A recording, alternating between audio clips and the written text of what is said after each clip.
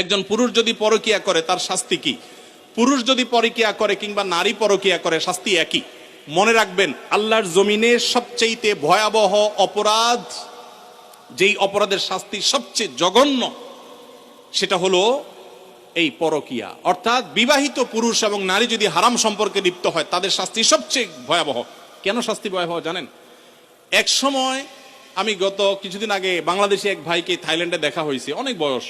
ওনাকে জিজ্ঞেস করলাম বাচ্চা কাচ্চা কয়জন, বললো যে 2 জন। তো বললাম এত কম বাচ্চা কাচ্চা, কোনো বিধিনিষেধ আছে নাকি? বলে না ভাই, এক সময় আমাদের এই দেশে, থাইল্যান্ডের কথা আমি বলছেন, যে সন্তান বেশি নিলে সরকার পারমিট করতো না, 2টা বেশি পারমিশন দিত না।